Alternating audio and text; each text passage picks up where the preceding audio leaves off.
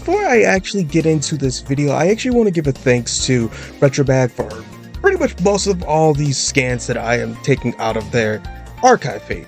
Any Nintendo power that's been shown throughout this video was actually from them and their scans. So if you want to do your own explorations, I recommend Retromag or archive.org. I think my generation will be split upon how we see the internet in a lot of ways.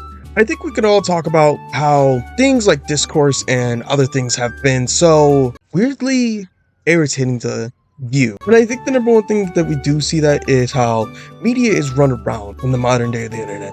Usually everything gets a good week if it's a really interesting thing, or a day of discourse about it. And I think this will make some of us that are multi-generational families hold tech as relief in a lot of ways. And I think we're seeing that now, especially with articles talking about the retro game boom that my generation, Generation Z has, and all the other things that Gen Z is kind of brought back in a lot of sort of ways to kind of feel more comfortable instead of just sterile. It's like a lot of stuff on social media. Look, I'm not gonna disparage Gen Alpha, but I've seen what Gen Alpha likes and watches, and they're a whole worm to get through. I'm not gonna be talking about that.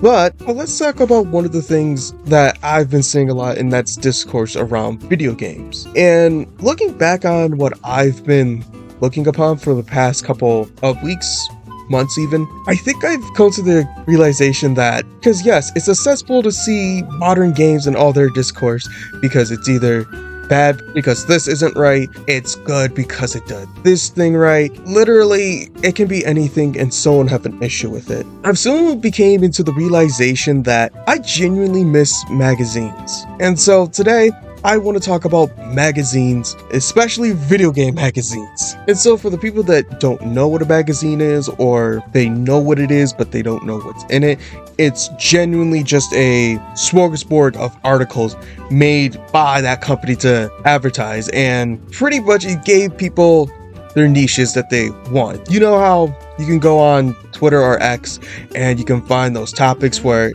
all you're only going to see is that thing specifically? Yeah, it's that in a lot of ways, but instead of having everyone have a voice, it was just more or less the people that were hired by those companies. So if you wanted celebrity drama, you would have to find one of those Hollywood magazines. If you really like wood welding, you can find wood welding. If you need to find what teens like, you go on Teen Vogue. Kind of get the subject that I'm talking about now. And so in this case, you would get Nintendo Power for Nintendo. And if you really want to give anything to thanks for why magazines aren't really a thing anymore, it's because of what you're using or what you're sitting at. Yeah, magazines aren't what they really used to be anymore. I can go into my Rite Aid and check out what the magazines, and it's usually a bunch of those advertisements that look like a YouTube thumbnail. Or more times than not, when you see these magazines, they're more ad-ridden than they used to be, or what I remembered. But I always remembered that the magazines that I would always get would be specifically things that I would like when I was a kid, so that would be like wrestling or video games. And a lot of times that I did get these, I was usually given a year subscription from my grandma as a birthday gift. So thanks, Grandma. Really appreciate that. What made me seem more interested in these as I kept going into these magazines was that it didn't feel like things were getting memory hole. A lot of times that these magazines would actually keep tabs on certain things that would happen until it got to a conclusion that would feel more satisfying than anything. Then they can progress into different topics, the more not. And so if you're wondering if this is going to be a ranking on like which of these magazines were the best, it's not going to be anything like that. This is just going to be me going through my escapades and looking through these magazines and finding interesting things that I found and talking about raw topics about them in other ways like that. So without further ado, let's get started on this. To give a brief history on video games and video game magazines is kind of a harder way to say it because there's different regions that had different publishings around that time. And so I'm going to kind of splice it in here as more of the American side of things. And that one would be Computer Gaming World. That was a American comic gaming magazine that was publishing from 81 to 2006, and they were one of the few that survived the big crash in 1983. And to put it in the simplest way about the crash, it was simply just a oversaturation of poorly made games that made people not even want to try these games. And so a lot of them stopped buying them, and pretty much the one that everyone always remembers as the really big first magazines that you would actually see was Nintendo Power. And every time I look at these magazines in these early years, I just get a smile in my face for how cool these look. Nintendo Powers will come out bi-monthly. And we're not talking about every 2 weeks, we're talking about every 2 months. And I just love how these look. I mean, come on, you're seeing this, you're telling me that you wouldn't want to play Castlevania 2 because of this? Actually, don't play it. Don't play it. These covers just have that look, and it's just beautiful in a lot of senses. I mean, just look at this Koopaling. I want them. Even covers that Nintendo Power had that was sponsored by movie titles even had their own charms with them. Even I look at a cover like Link's Awakening and the bird's just standing there, standing on business. Even when the 80s transitioned to the 90s and even heading into more advanced technologies, we actually seen these covers do change with it even more with using actual game renders than just its own made creations. I think a lot of these do have their own sense of charm, even though that they're not the same as the ones that are like handily created just for those specifically. I mean, this is cool, right? Baby Mario having hot news on his ass. Then you have the ones that would use who's like a pro athlete because it was a sports title and they wanted to advertise it like that. I mean, look at Ken Griffey Jr. You know, sports titles, a lot of sports athletes just don't care about being on the cover. But you can just see him and he's just having a fun time doing this. At least we're not asking a role player to voice act for us. That's right. We all have that attitude. The train will be rolling in no time. Let's do it. And a lot of times they'll bring these spectacular art pieces by using their renders that they would have for these magazine covers, and holy crap, I love these. Especially this one for Mario Party 2. I don't know, I think it's just the Yoshi. Or hell, I can even look at the ones that are just put all the PNGs of whoever they had in the lineup for that time, and it just looks modern internet. I just gotta say, like it's some big crossover that's gonna happen, but a lot of times with these magazines, that these always had like a big feeling of this is the next big title that you should be looking for. Harry, you're telling me that you wouldn't be interested to see what the hell is Killer 7? Or even looking at into other magazines like what the hell is Space Channel 5? And then you get games that will be coming out that gets the cover that I feel like everyone would definitely be talking about, that doesn't need to be asked about who, but it's just when it's coming out, especially with the Pokemon games that were coming out around that time. Look, I just know that somebody in 2007 or 8 would have a fun time with seeing Nintendo Power November 2005 issue, seeing the XD factor. Right. But a lot of them would have a special little feature about the game that would be either when the game releases and they'll show like the first chapter of things where like you can find special things to help you on your journey, or just cool advertisements of games that are going to be coming out soon, or that's going to be coming out into the next issue. And a lot of times that they would actually have cheat codes in a lot of things. See, I'm someone that's born in 2000. Cheat codes were pretty cool things that I remembered, and a lot of times I would get them off the internet or go to the Scholastic Book Fair. But looking back at these, I can totally see someone being so excited to see the next Nintendo Power and getting to see what's the next cheat code for their favorite games, or when a game releases, they'll throw something under and kind of give you a little secret that you can give your friends. Speaking about friends, let's talk about them being liars in a lot of ways. See, with all of this, that it was a breeding ground of stupid rumors and a lot of things. And especially for these, yeah, you can totally throw something in here and kids will probably believe it and do it. And this will come with monthly game guides, articles, and other things coming to games, especially around April. Before I get into the detail of things, I will say one of the more notorious magazines that would do this was Electronic Gaming Monthly. Especially if you were a kid and this was your first magazine of getting an Electronic Gaming Monthly in April of all places, you're going to feel so dumb with a lot of these things, especially with their articles about these. In 1992, Street Fighter was taking the world by storm, and one of the contests of having a secret character being unlocked that your uncle told you about. Shenlong tricks for Street Fighter 2. It said that it was one could get through Street Fighter 2 genuinely with 11 character rosters without taking any hits, and then get 9 draws in a row versus the final boss and Bison. The character supposedly fights against a special character called Shenlong, who was said to be Ryu's master. And as someone that doesn't play fighting games. I get a chuckle at seeing this kind of stuff because, of course, this would be the same thing that would happen around 2002 with Super Smash Bros. Melee, of all places.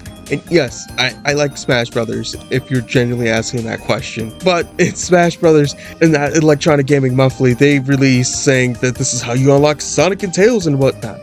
You have to kill 20 of these characters in Cruel Melee. And just to say this, that was you. I feel bad for you wasting your time with that. I can just imagine Sonic fans feeling so dumbfounded, getting their GameCube and doing all this just to not get Sonic. Don't worry though, you're gonna get him in a couple years. You just gotta wait. There was a lot of other hoaxes that would happen in a lot of ways. Like there was the hoax about the Sega Neptune, which it was an unreleased Sega console. But in actuality, it was true, but they were just, stretching the tall tale in a lot of ways. Of course, you had the whole thing about Mario being in Kingdom Hearts. What timeline we would be in if that was actually true. And of course, you have Yoshi being a Pokemon. Of course, you have to evolve your Dragonite and all that and whatnot. In which, I'm just going to say this. Holy crap, that seems so stupid. But I forgot. Kids are gullible. One of these parts of Nintendo powers that I actually gained huge chuckle about revisiting these were the players' pulses, and most times it was just fan art. And I mean, these kids got art skills. Look at this. Okay, maybe this one too. But a lot more times these were just corresponding questions that readers would have, and then the people that were managing this would actually answer the question. And it came from either kids asking dumb questions that they would answer because they thought it was cute, or genuine questions from teens and young adults about video games. Dear Mr. Bad Guy, I think Bowser has a tea party, eats with Princess Peach. He's also excessive every day. He's getting stronger and drinking a lot of milk. Richard. Bowser does what we all do in our spare time. He plays Nintendo. First, he plays Mario Kart and runs Mario into a lava and giggles like a schoolgirl. Then he plays Mario Tennis and watches the replay of him spiking balls into Mario for hours, and then he calls Donkey Kong and yells sing. He goes and calls Donkey Kong and yells sell out before hanging up. Jeremy plants. And then you have the guy that responded with this saying, when informed about the content of his fan mail, Bowser stresses that he hates milk and tea and exercise, but can't wait to pump a Mario in Super Smash Bros. Melee.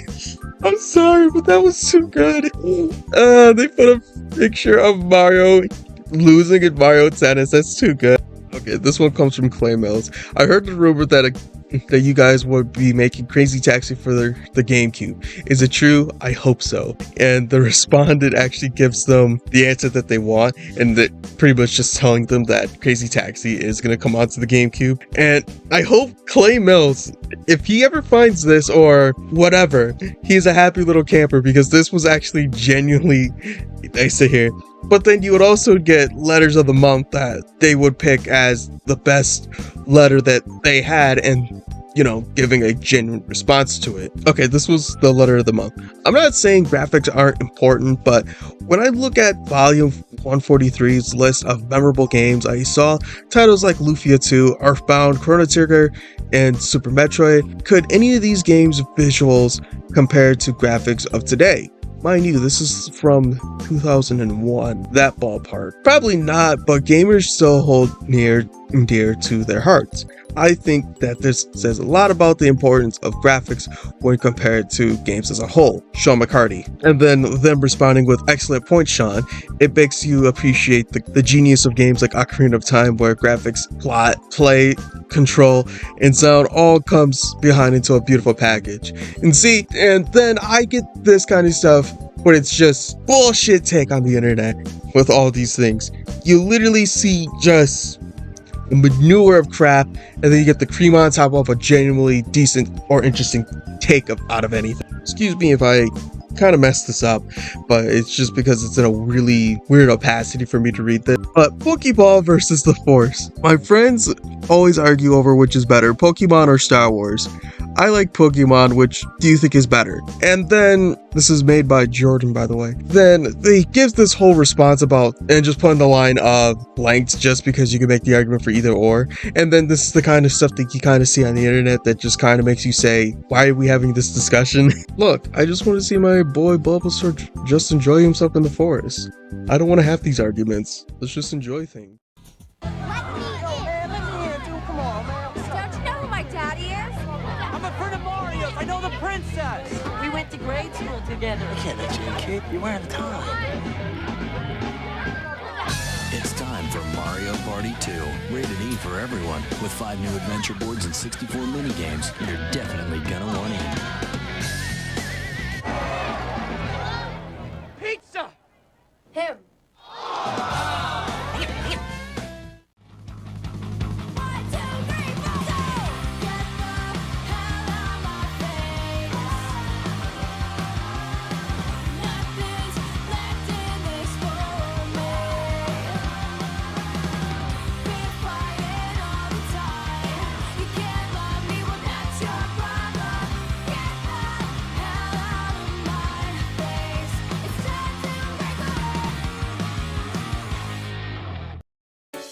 There was one thing that I would say that I actually became more enthralled through while reading these was the coverage of the Nintendo 64. I'm sure that most people know the general knowledge of this, but if you don't know that the Nintendo 64 was actually going to be called the Ultra 64.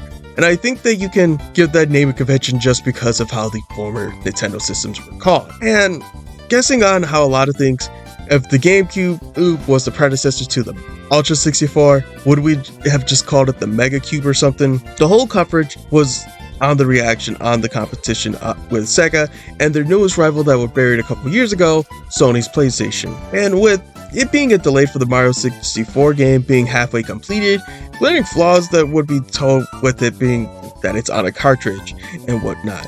And with it being on a pretty much high and steep hill, it was going to be a tough way to get into the market because of that, especially on the developer side. Not as a sleepy hill like Sega did with the Saturn that burned itself in the competition. I'm not going to be bringing up the Saturn as much, but if you really want to know a lot about Saturn's games and you want a retrospective on a lot of them, I recommend Pandemonium's channel about that, but this is more about magazines. And honestly, it really makes you think of how these were just like big events to see these things. Like you had to get this issue to see everything that would happen with this system, seeing the specs and whatnot, and seeing the interviews about the games.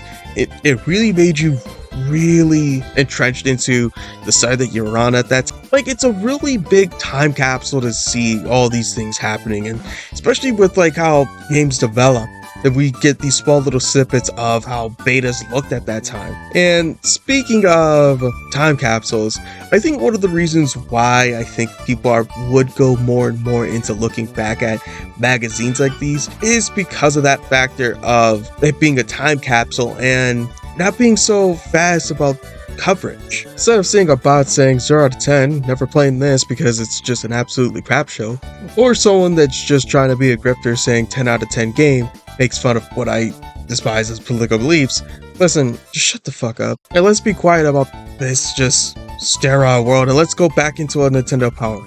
Let's look at the September 2004 edition of Nintendo Power. With one of the things that I absolutely love is how articles just look. And I mean, first of all, look at this pic of Mario and the gang. Radical. We get some looks about the DS and what would be coming out around that, and the stuff that were used as presentation tools like Mario's face and even the 10 dogs. We also get a section on Pikmin 2. And to be real with you, if I've seen this back in the day, I think I would have been interested at least checking out Pikmin 2. If anything, I wouldn't have cared if I had played the first one. This just looks so nice. Hey, we get a Tom Clancy game, okay.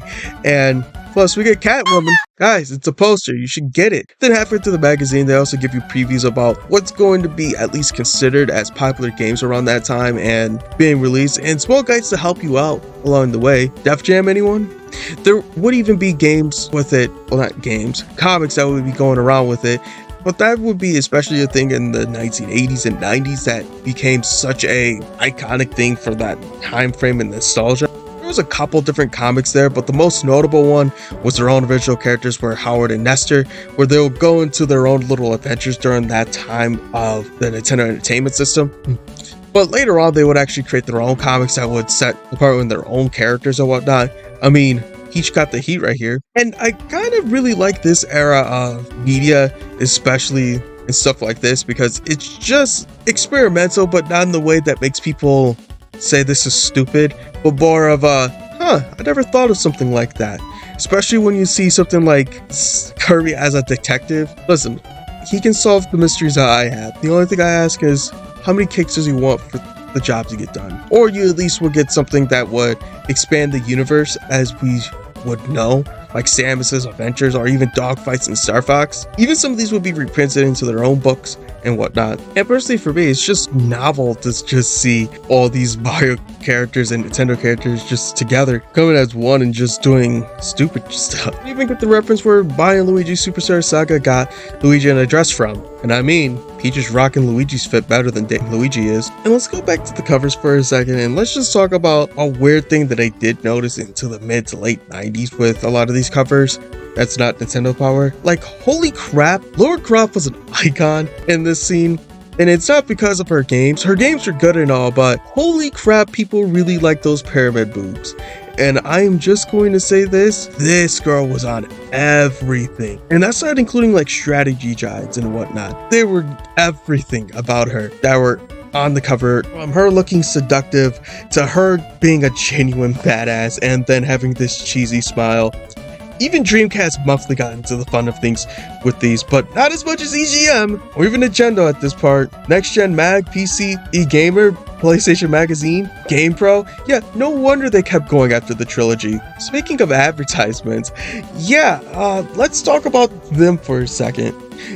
You had a lot of them that would be understanding, especially if it's a system magazine, where you're going to definitely advertise whatever was going to be coming up for your system to get people motivated. But then you also got the ones that weren't, like Electronic Gaming Monthly, where, you know, it was pretty much the highest bidder would get that spot.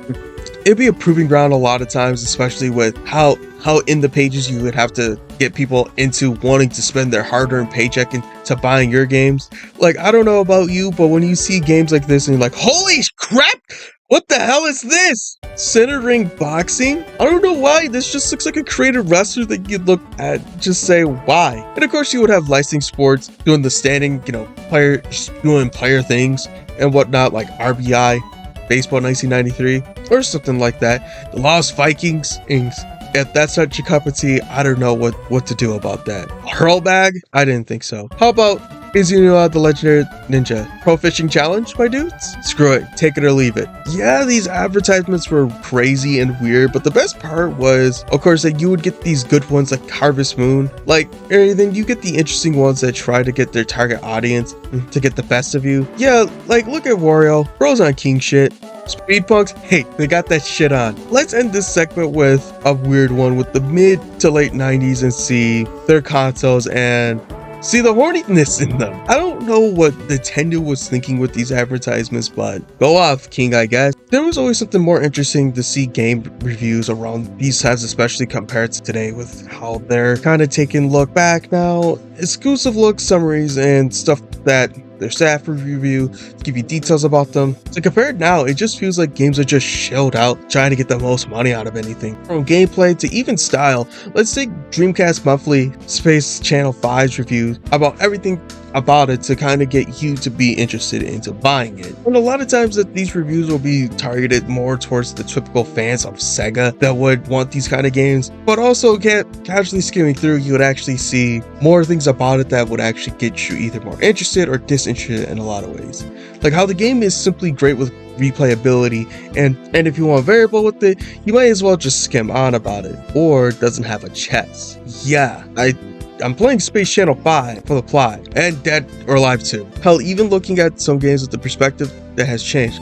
How Sonic Unleashed was praised to be this big improvising of what a former game happened, and pretty much just being the focus that Sonic has got back on a lot of ways. But taking a more interesting deep dive into the past, we kind of just see a more or less modern problem of Sonic Unleash, that they did criticize that the repetitiveness of the Werehog stages, but yet it's not how modern discourse that just throw it under the rug, but actually give more of that kind of take into understanding everything else around. It can just feel like that they did give these a decent chance, and I get it why they wouldn't have back in the day because of anyways, it kind of brings into this weird light of how games are kind of treated now with modern discourse, and especially with games that have multi-generational fan bases, that it more feels like that the old ones aren't willing to ride the new ones and vice versa with the younger generation, or they'll try them and then put them down in a lot of ways,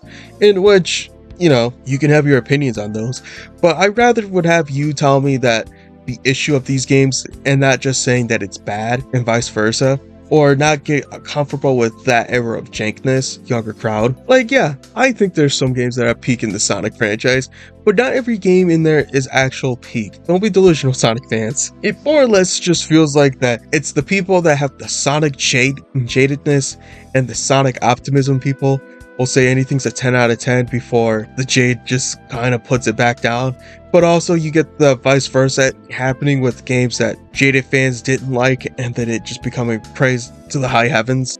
But I always find it interesting seeing how games were reviewed back then to kind of see what the status of things were like around that time, especially when you look back around that 2000s period where games were trying to look more edgy and more realistic in a lot of ways, instead of how the 90s were where they're trying to perfect whatever they're going after. It more just felt like that if you're not really from that time period, you really wouldn't get it, because especially with games now, games have gone way into the direction of looking stellar, but yet when you look at games before, I feel like a lot of people now just don't get how good those graphics looked around that time. As the internet gets more mainstreamed and games get more and more coverage, magazines gotten less and less relevant over time, and that's just because of everything around it. Migrated to websites, migrating onto social platforms. Do gaming articles it doesn't feel right to me a lot of times.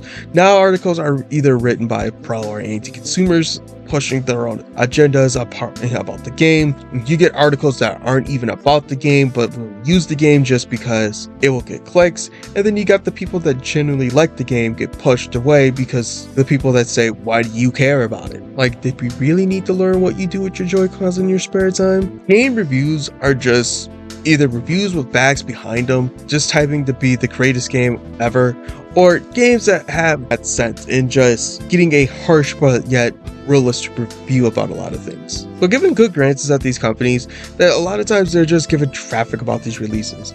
It's just sad that medium that you can play whatever for whatever reason has just become a battleground for someone's takes about whatever is the big discourse about it. And it's just because midwits just overthink about everything. Like, people still have discourse about boobs, like they're the chest bumps or something. Like, honestly, it's just stupid. It honestly feels like there's mode infested that nobody wants to talk about, but yet will always complain about seeing these things. And it just kind of makes people just want to quit now.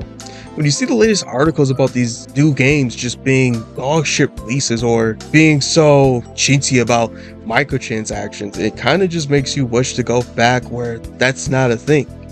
Yes, I get that video games are more made with more and more value, being more in the tens of millions in a lot of ways, or whatever it is. It just makes me just say, do we really need all this? You'll ask yourself anytime that you see discourse about whatever series that you liked and it's getting all this talk. Is it really a thing that really should be talked about, or should it be things that you're actually interested in, like a theory about the game or whatever happened in that game that does deserve to have a discussion about? It just felt like to me that video game magazines genuinely wanted you to try something instead of you just picking a side that you're either going to be playing it or not because of these things alone. And to be real with you, I kind of just hate that. And you know, if you're a frequent subscriber to a lot of those things and you got accustomed to a couple of the people that were making those reviews, you can probably see what they were like genuinely enjoy, and then you can probably make a better on-site guess than just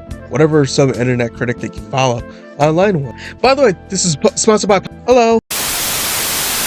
I just want to thank you for watching this video. I kind of didn't have anything that I really wanted to do for this kind of thing. This kind of became a thing out of the spurge of me doing other reviews and whatnot. I just want to thank you for watching this video like I usually do, and hope that you at least enjoyed my video and would at least, share it, like it, comment, subscribe, dislike it if you want to give me the engagement as well. By the way, don't play Catwoman. It's an absolute dumpster fire.